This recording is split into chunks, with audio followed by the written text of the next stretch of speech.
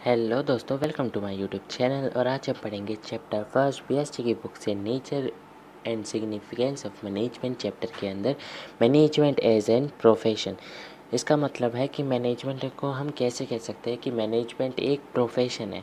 Profession means an occupation for which specialised knowledge and skills are required.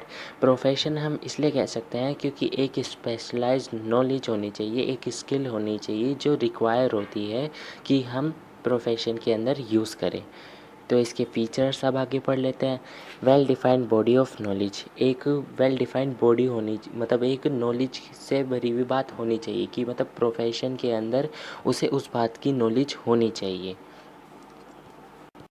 And then second point आता है restricted entry, मतलब कि the entry in every profession is restricted through examination और through some minimum educational qualification. इसका मतलब है दोस्तों कि एक प्रोफेशन के अंदर तभी आएगा वो बंदा जब वो उस चीज़ को एग्ज़ाम को क्वालिफाई करेगा या फिर उस एजुकेशन क्वालिफिकेशन कर रखी होगी। उसके बिना वो उस प्रोफेशन में नहीं आ सकता। ये रिस्ट्रिक्टेड एंट्री होती है। देन थर्ड पॉइंट आता है प्रोफेशनल एसोसिएशन। पढ़ लेते हैं प्रोफेशनल एसोसिएशन का मतलब। प्रोफेशनल एसोसिएशन का मतलब होता है कि एवरी प्रोफेशनल, जो भी प्रोफेशनल होता है उसे अपने आप को रजिस्टर करवाना पड़ता है उस प्रोफेशन के अंदर।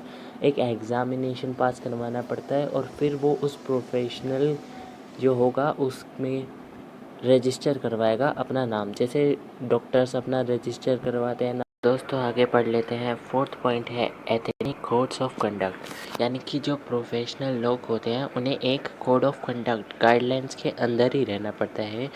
वो एक बाउंड में रहते हैं, वो उसके बाहर नहीं जा सकते। एक प्रोफेशनल के अंदर यही बात होती है। और देन आता है फिफ्थ पॉइंट सर्विस मोटिव।